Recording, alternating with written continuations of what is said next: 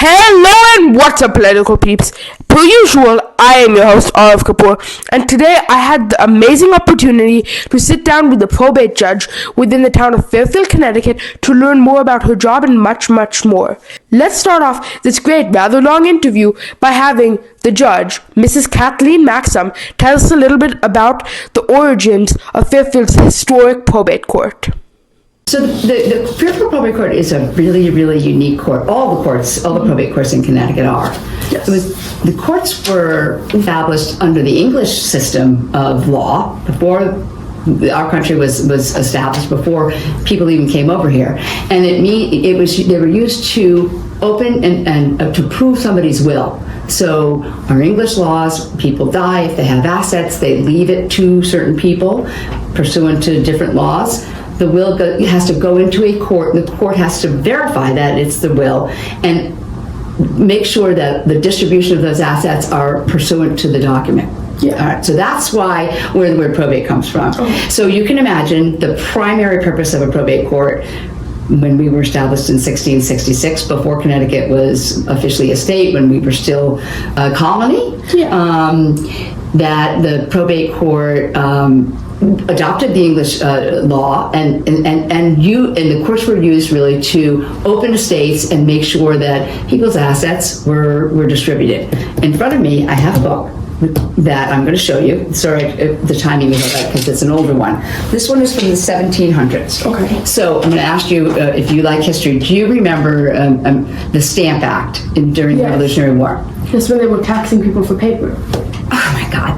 You're the first people that have remembered that. Well, our court was open before that. Okay. And then paper. When you brought a paper into a court, it would be taxed. The British government was taxing us. So we were pretty rebellious back in those days. And this is a document from a clerk. Clerk wrote this. We closed the court because of the Stamp Act, November 1st, 1765. And this is a record of that. Wow. So it was repealed, and I thought, it took a long time for it to be repealed, but I think the British government really thought better of it, and they repealed it March 18th, 1776, and the court took a little break. They didn't reopen until April 24th. Wow. So these are original records from our court, because these were documents that the original of these, which are at the State Library, the original of these would have been taxed. So we said, we're not going to abide by it. We aren't going to pay your tax. So what would happen back in the 1700s is clerks would write out, we scan documents now, but they would write it out. So I wanted to show you that because that's how far back, and that was the origination of probate courts. Wow. So we're going to fast forward, and courts in Connecticut were established, and probate courts were part of that system. You see a sign over there that says Circuit Court? So that was a part of our old court system. Eventually, our court system that the state adopted was the probate courts were separate. They only could act pursuant to statutes that were enacted. So under British common law, there's common law. You've heard of that. We cannot take any actions under common law. We can't. We aren't a court of equity. We are a court of statute. Okay. The rest of the courts, the Superior Court, the Appellate Court, and Supreme Court, all act differently, and they have their own administration. Probate courts stayed independent, and they are the only courts in Connecticut still where judges are elected. You mentioned that in one of your questions. Mm-hmm. And they are also the only courts that are local to the district that they're in. Okay. So if you lived in Fairfield, this is the court that you would come to. And this is the only district that I have, is Fairfield. There are other courts that have multi-town districts. Westport is Westport and Weston, and so it is that way. But because we are a local court, we do not, you see any jury boxes here? No. There's no jury. We don't do anything criminal. All of the matters that we handle are family-related matters. So in addition to handling estates, sometimes you've heard of trusts? Yes. Trusts are created by wills, and they're created outside of wills. We have jurisdiction over the trust as well, and that would mean somebody would have to come in, report what they've done with distributing the trust. We would make sure it was done correctly and then approve it. Yeah. Those are pretty, they're not very exciting. They're a lot of paper and a lot of accounting. Eventually, we became the only courts, we have exclusive jurisdiction over estates. We have exclusive jurisdiction over conservatorships. Heard of Britney Spears? Yes. And all about that conservatorship? All right. Well, that's what our probate courts in Connecticut do. We are the ones where if somebody is deemed to not be capable of handling finances or making medical decisions for themselves, people can come into the court and ask us to appoint somebody to do that. I see. All right, so we have exclusive, so if you're going to have that done in Connecticut, it has to come here. The other exclusive jurisdiction that we have, and I'm saying exclusive because we do have jurisdiction concurrently with the Superior Court on a lot of matters. The other thing we exclusively have jurisdiction on is appointing a guardian for somebody who's over 18 and who's intellectually disabled. So when you get to high school, there are going to be some students that can stay in high school till they're 22 because they're deemed by our state under our intellectual disability guidelines to be intellectually disabled. So they have some other benefits. At 18, they no longer need a guardian, but they do. So They can't handle themselves. right. So a parent, usually it's a parent, will come into the court and ask us to appoint them as guardian.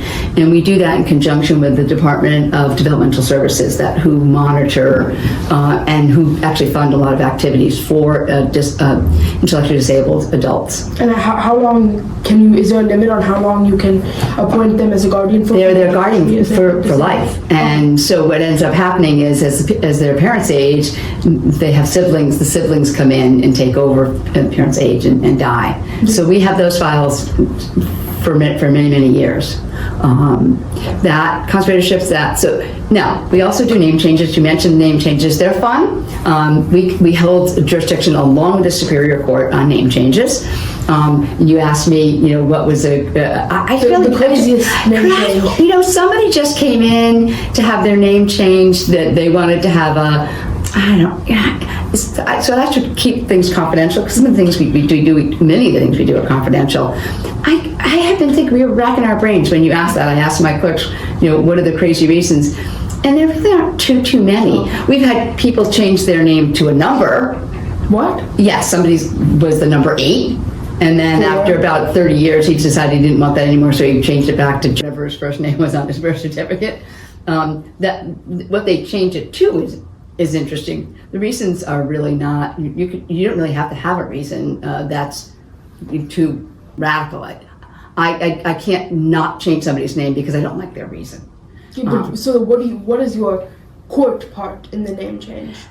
Besides officiating it? That's all. It's really pretty simple. And in fact, for your listeners, name changes in probate courts as of last July there's no filing fee. Okay. Most of our matters have a filing fee, as most courts do, but there's no filing fee for name changes. We've been doing a lot of gender identity name changes, a lot of that, and I think that was try to make it easier for people to change their name. It is pretty straightforward and simple. We do check to make sure that you're not, you have to file an affidavit saying you're not changing your name to avoid prosecution in a different district or a state. But it is really pretty simple. Name changes but you can do that in the Superior Court, but if they're free in the probate court, I don't know why you go to the Superior Court because you have to pay when you go there, so. And we're right here in town, so you come right in, and that's what people walk in. You said I have to have somebody come in. People can walk in into that. The exciting thing that we do that's not, where a family's not fighting about something, because a lot of times in the States, people do fight about what their parents left them. Who gets what? Yeah, exactly. I want that chair. I mean, it's really kind of, when you sit back, it seems petty, but it's important to the people that are arguing about it. But we do have some jurisdiction over children's matters. In our court, we have jurisdiction, the Superior Court Juvenile Division has jurisdiction over really the tough matters where somebody is found to be neglected and uncared for. They will go to the juvenile court, and the Department of Children and Families, which is our child protection service, will go in, and the Attorney General will represent those children, and they'll advocate for them. And that's where our foster care system gets involved. Yeah, we don't have any. Somebody can come into our court and say, you know what? I'm going to be out of town for 6 months and I want to leave my child with my mother. Can we appoint her as temporary guardian? Sure, we can do that.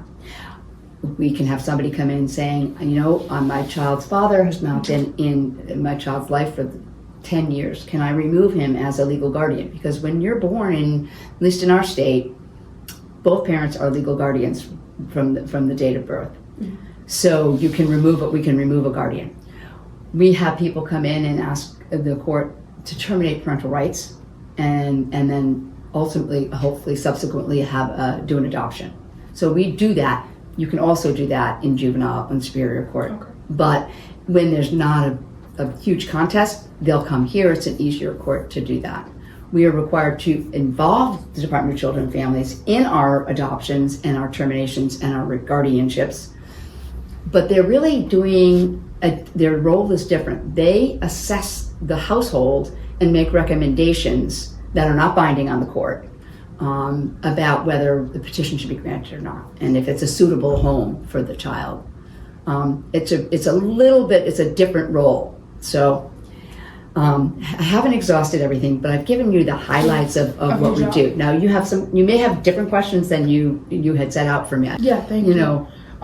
So one question I had is, for what reasons may you emancipate a child? Okay, a really good question, and we don't do it very often. But we've done it once when I was staff attorney, not when I was the judge.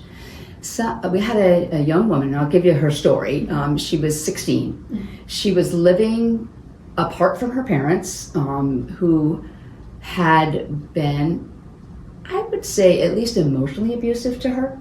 And she had the support of the, I think it must have been the school psychologist, definitely a school social worker in town. Yeah. And she encouraged her to file the application and helped her file the application for emancipation. And in that situation, she was independently living with friends of family friends. Because her parents were the health insurance. That's the one thing we look at, because it's hard to get your own health insurance when you're a minor, because you're still a minor. You can be emancipated at age 16, so you have 2 years of dealing with health insurance. She was able to, under our Husky program, stay with the Husky program and have health insurance. She was going to school, getting A's, working, had a full scholarship to, I think, Sacred Heart. Mm-hmm. And in her case, we had DCF come in and do an evaluation, and it was for her health, for her mental health and her emotional health, and for her well-being. It was recommended that we emancipate her, and so we did. We haven't emancipated too many others, though. It's a hard role. Very specific thing. Yeah, very, very case specific, depending on the living situation. Mm-hmm. Now, can you tell us about this picture here? I sure can. These are the Burrs. This is that's Eunice Denny Burr, and this is Thaddeus Burr. They were married, and they owned the Burr homestead, which is right behind us. Okay. So these are replications of portraits that are in the portrait gallery. They're interesting people. I use them all the time when the Girl Scouts come in and do Girl Scout and Government Day, because I make them go back and look them up. They are cousins. Thaddeus is a cousin to Aaron Burr. You know the famous Aaron Burr. And Aaron Burr never came here. He lived in New Jersey. He was not here. But they also hosted, I believe, John Hancock's wedding was there, perhaps during the Revolution. Yeah, because Boston was too hot. Was it John Hancock? It may have been. I thought it was the Adamses, but it may have been, one of the other signers of the Declaration. This is so much more historic of a town than I think of, but it's beautiful now, definitely. So do you have any other questions about what we do? I mean, I talked to you about that we don't have juries. Mm-hmm. The convenience of coming into the probate court is because it's local. And you're looking around this dining room table. This is the dining room table. This is where I hold hearings. So it's a very relaxed. The shows that you see on TV where there's a judge and a person in the witness box, we have relaxed rules of evidence, so we can really have conversations, and we try to resolve things in a more peaceable way, in a way where people feel like they're heard. Mm-hmm. Because people, when they come to court, sometimes all they want to know is that their sister heard them, talk, and it's in a neutral setting. So it's really, the goal is to have everybody be heard.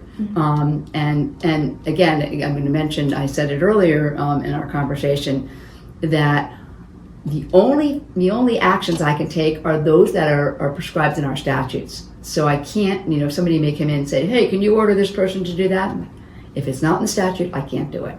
So that's something you would have to take to the Superior Court. Yeah, exactly. All of the decisions that I make are appealable. So somebody may not like the decision I make, happens a lot. They appeal it to the Superior Court. And the interesting thing in the Superior Court is I don't have a record. I don't have anybody doing court recordings. They start it all over again. Wow. So it's called a trial de novo. You can try the case all over again, except for conservatorships, which are not, but that's a whole nother ball of wax. When you make a ruling, a lot of people have asked me this, like, oh, I'm interviewing a judge. Yeah. This is the base question. Does the banging of the hammer have any significance? No, I have that gavel there. So when I do an adoption, the person if the individual is not a baby, I let them bang the gavel. Or if I'm appointing a guardian for an intellectually disabled, they like to bang the gavel. When I first became a judge, I had a judge advise me not to leave the gavel on the table in case somebody in the family got mad, they might throw it at me. So the banging of the gavel, I think, is just an attention getter. It doesn't, in any court, the judge uses it to get people to pay attention. And I have a big voice, so I usually use that instead. Stand up, So on average for a case, how many people are sitting at this table? So this table, we've lost a couple chairs, but I can get maybe 5 or 6 people. It's uncomfortable. Of course, after COVID, everybody's spreading out a little more.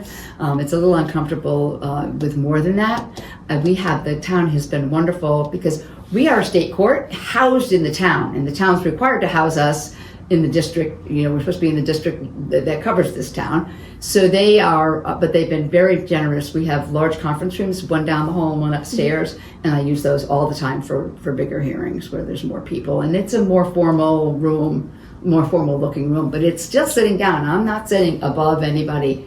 There are other probate courts in the state that have a more formal courtroom atmosphere, but most of the time the judges use their table. They'll have a big table in another room and people will sit there. It's really to put people at ease. We are one of you. I don't wear robes. I don't have a robe. The only time I have a robe is I borrowed my daughter's graduation gown, wore it at Halloween. But we don't generally wear robes. So this frequently stereotyped courtroom environment isn't as real as it may seem, which is a shocker to a lot of people. Right.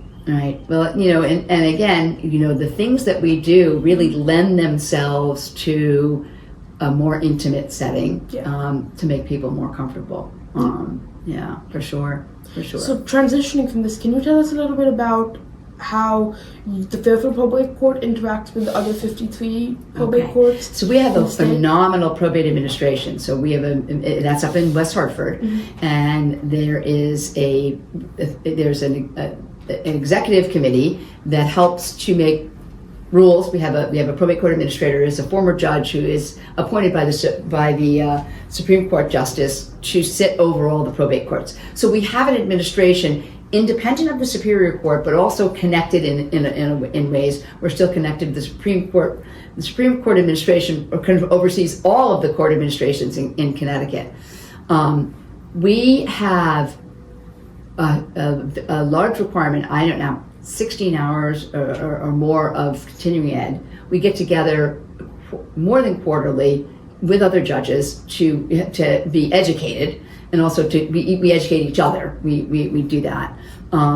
We have the executive committee. We have a thing called the probate assembly. All the judges are part of it. We just had our annual meeting in April, and it's in the Supreme Court. I've never been to the Supreme Court in Connecticut. It is just an awesome room. It's beautiful, very steeped in history, much like our Burrs here. So we're allowed to have our annual meeting up there, which is basically, award ceremonies, speeches, things like that. But that's a lot of fun. We do that. So we really do, as a judiciary, we all get together and share ideas. I cover for other judges who are out. Oftentimes, one of the things that we don't have in Fairfield is a hospital. And the hospital's in Bridgeport, and there's an offshoot of a hospital of St. Vincent's in Westport, which is a behavioral health hospital. They do commitments, which is something I didn't mention. So again, probate courts have exclusive jurisdiction over committing people to mental health facilities. So I have subbed in and learned how to do those because we don't have them. Generally, I'm not a judge of in a district that has a hospital, so I would only sub in for that. But that is a big section of jurisdiction that people don't realize. So if somebody goes to the hospital and wants to go home, but the psychiatrist thinks you need to stay, they can file papers in the probate court, and the probate judge will go to the hospital and determine whether they should stay or not. And we want to make sure their rights are protected. They are appointed at a lawyer, and that similar to our conservatorships. Our goal is to make sure their rights are protected, and that we use the least restrictive way to restrict those rights. And that's a big goal of the courts as well. Yeah, and now you mentioned that, and I realized Fairfield doesn't have any hospitals. But I was going to ask you about, do you have any experience with, in the past, with removing anybody from life support? I know that was something that was highlighted in your public document. So we do that. When if somebody is unable to speak for themselves, then we put a conservator in.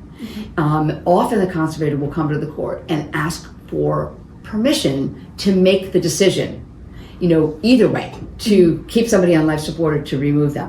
But there is another little area of jurisdiction where if there is no conservator, individuals can come to the court if there's an argument about, whether or who should make this decision. They can come to the court, and we would have a very formal hearing with medical evidence, with the doctor, with, and usually the patient isn't there, but we can do it in the patient's hospital room if we have to, because if we do go to people, they're called respondents if they're the subject of something. We go to wherever they are, and try to make the decision. Generally, we're not making the decision to take them off life supports. Luckily, we're giving somebody else permission to make the decision. So it's a little bit of a nuance, but it's, from my point of view, a bit of a relief, because it's a hard decision for anybody to make. And if you don't have anybody in the world, you have no relatives, and there's a court-appointed conservator, that's a hard decision to make for somebody who may not be able to communicate their wishes to you. Yeah, it's very hard. Again, really sensitive, confidential topics. Yeah. Okay, now my one more question for you.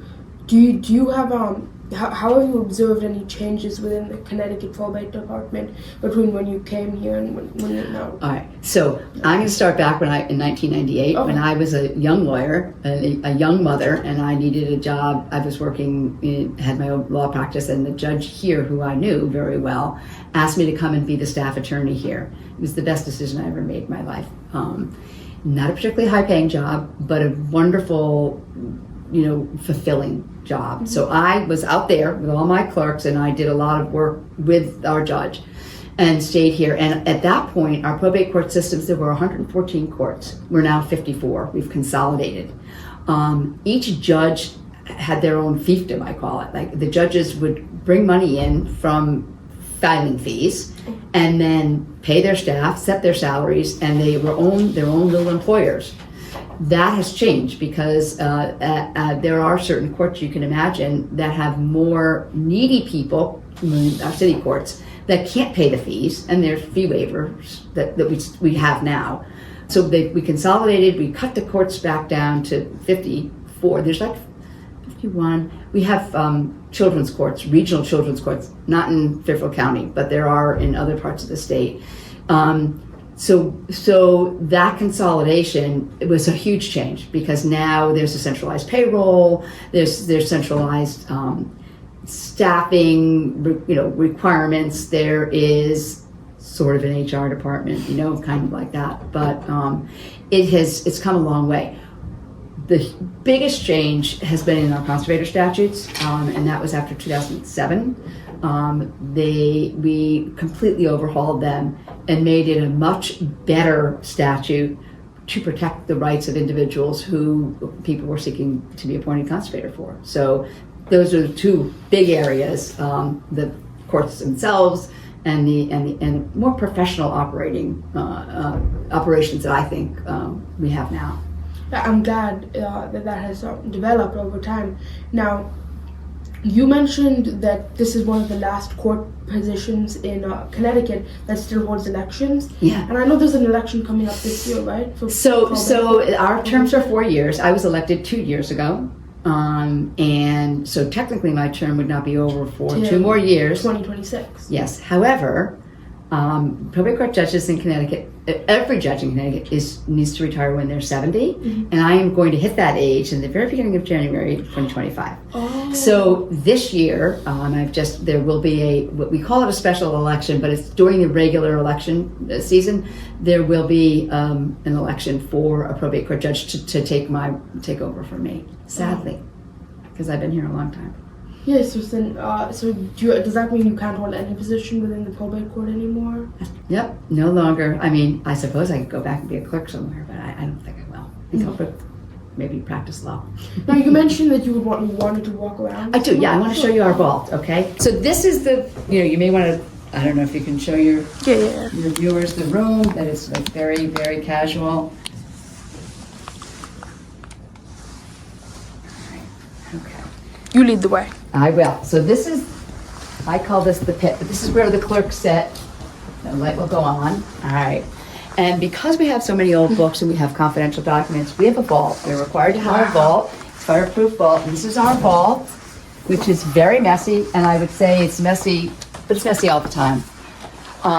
These are active files that we have. These are books that all of our documents need to be. They were they were handwritten in the old days. Then they were microfilmed. Now they're scanned, and then books were made. Now we have everything on a Laserfiche program, and these books are scanned in as well. These are some more files of different matters. We have parental rights matters, which are all confidential. We have snacks, and these are our old books that we preserve. And all of these files here are original documents from 1911 till about 1970s, mid-70s. We never got rid of them. We weren't allowed to. So we are little by little packaging them up, and the state library is going to preserve them for us and take them. Wow. So we're starting over there. Yeah. So and then we preserve the old books. So these are all examples of real cases that these are all many years ago. I mean, I can look up I grew up in town. My grandparents grew up in town. Their parents grew up here. I can look up all their estates. They're here. And is this stuff archived on the internet, like no, online? No, this stuff you never scanned. You never scanned. These are microfilmed and put in these books. So they're copied in books and they're backed up on microfilm. What will happen when the state library gets them is you can be able to call up there and say, hey, do you have a case for so and so in 1925, and they'll be able to, they'll have that information available, and you can go to the state library and look at it. And there's vaults over in the other building, in the because the town clerk has a big vault, and I think there's a vault in the tax assessor or tax collector's office. I'm not sure. Yeah, it's pretty messy here. I'm so sorry, but. And you said this was fireproof? This is, yeah. So that gets shut fireproof. It is air conditioned now. And then these are the current files. These are my current files. I work on we still work on paper, even though everything gets e-filed. We do have an e-filing system, which is wonderful, and that we instituted that right before COVID, so we were able to keep working all through COVID. But we do print them out, and these are the actual current files. These are files that have been microfilmed, and we also have these books scanned. So we have multiple ways to access them. We have old card catalogs, which we still look at. These are, if we want to look up something from the 1600s, these are old cards. You have to look up the name and then find the book off the shelf. It's the old-fashioned way. This is a view of our judges. Here is the names of the judges and their terms. And we did not end up, Judge Caruso passed away, I ran for his position, so we haven't finished that off and put his name on there. And these are some pictures that we had of some of the old judges. This was one of my favorite, William Glover. He's kind of a dandy, isn't he? Yeah. Super fancy. Yeah, and this is our Judge Caruso. This is beautiful. Tell us a little bit about a day for you. A day in the life of, okay. A day in the life of a day in life of a probate local court judge. suburban So Connecticut generally probate I judge. come in to work about, between 8:30 and 9 o'clock. The court opens at 8:30. We're required to be open 40 hours a week. So we are open from 8:30 to 4:30. And I'm not always here. Actually, the probate court judge's job is not a full-time job. We're required to put in at least 20 hours. I come in here, and this is my full-time job, and I will have a stack of files that my clerks have gotten together for me, and I'll sign them. I generally, between 10 and 2 or 3, will have hearings. And some of the hearings are very, not too contested. And some of them are contested. I also have been recently doing mediation, so other individuals from other courts will say, hey, we want you to mediate it and maybe come up with a solution rather than going before a court on a contested matter. So I've been really happy and loving to do that. You can see over there that I have a big TV screen. So during COVID, we had to morph to. First, we started with telephone conference hearings. Then we went to video on our computers. I have a laptop, but some of the other judges had bigger computers. And then we now have that. So most of my hearings, I offer the option of people appearing on WebEx. That's the platform that we use, which is not as good as Zoom. And that allows somebody who's in California to come on and have listen to what's happening and maybe, participate. So that has been huge for me. Again, back to everybody has to have a voice and we have to listen to everybody. And that enables us to do it.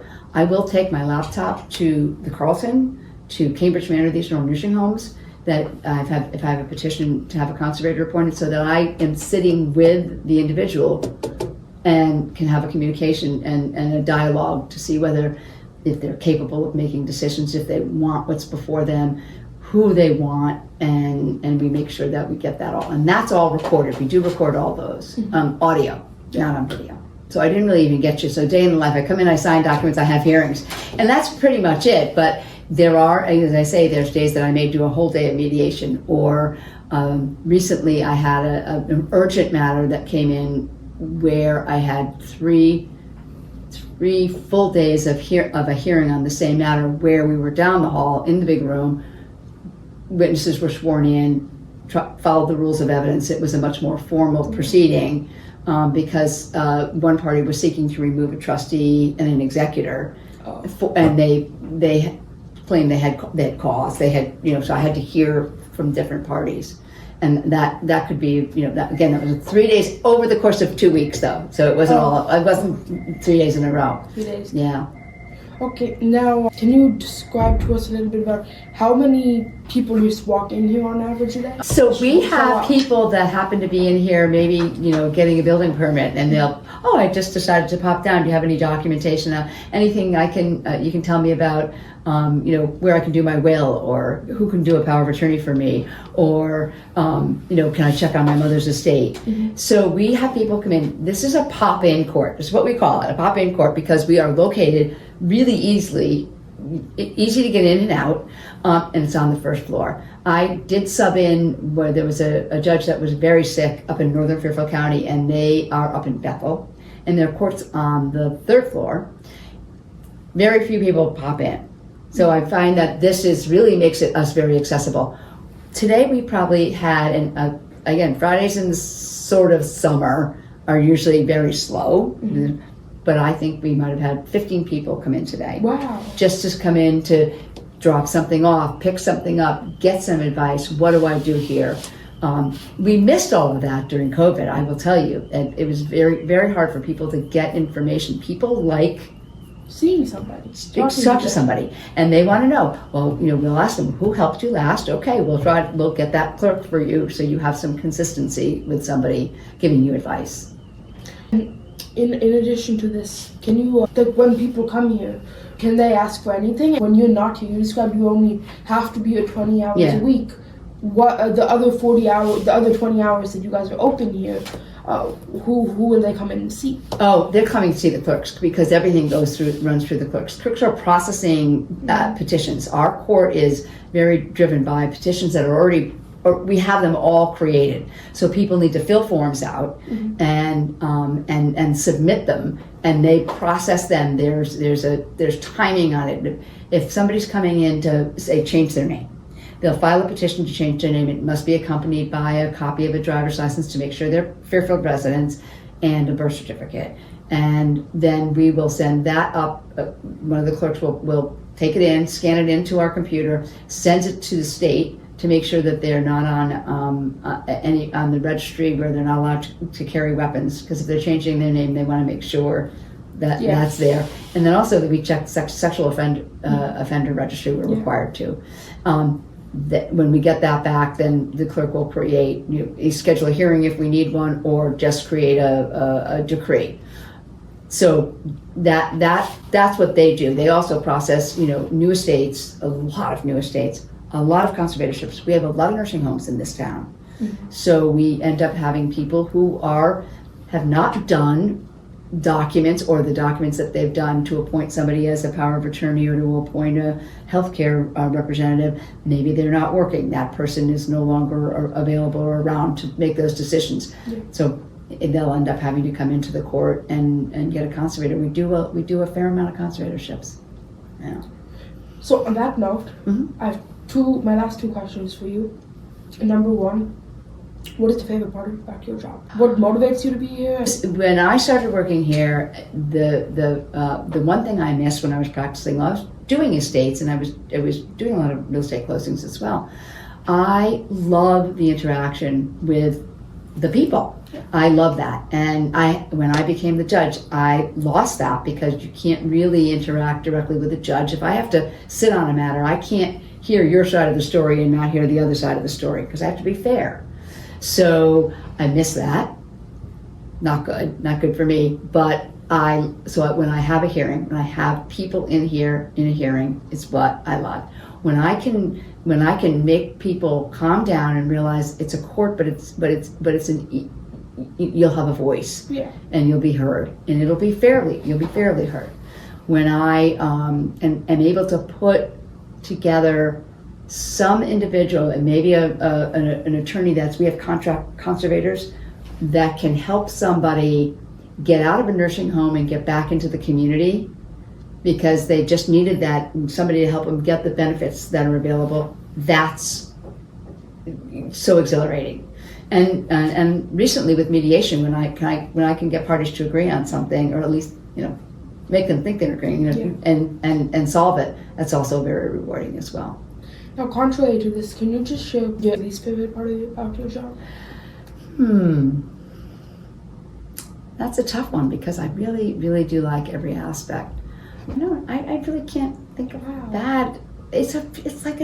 To me, it's not a job. I love getting up in the morning and coming here. And I'm really happy you said that because I've interviewed a lot of people, teachers at school. I think you're probably the first person I've ever interviewed that said there's nothing I don't like about my job. Because on almost all of my interviews, I ask something I like, something you don't like about your job. You're the first one. No, I can't tell you that it's not like a job. I mean, so to get up in the morning and have a bowl of oatmeal and come in here, it's amazing. It's an amazing job. Yeah, I'm going to miss it. Well, Mrs. Maxham, thank you so much for joining me on the GeoPolitical. Thank you for interviewing me. I'm sorry I hijacked it and changed your questions. No, it's so cool. I learned so much today, and I really enjoyed being with you. I enjoyed being with you. Peace out, dudes.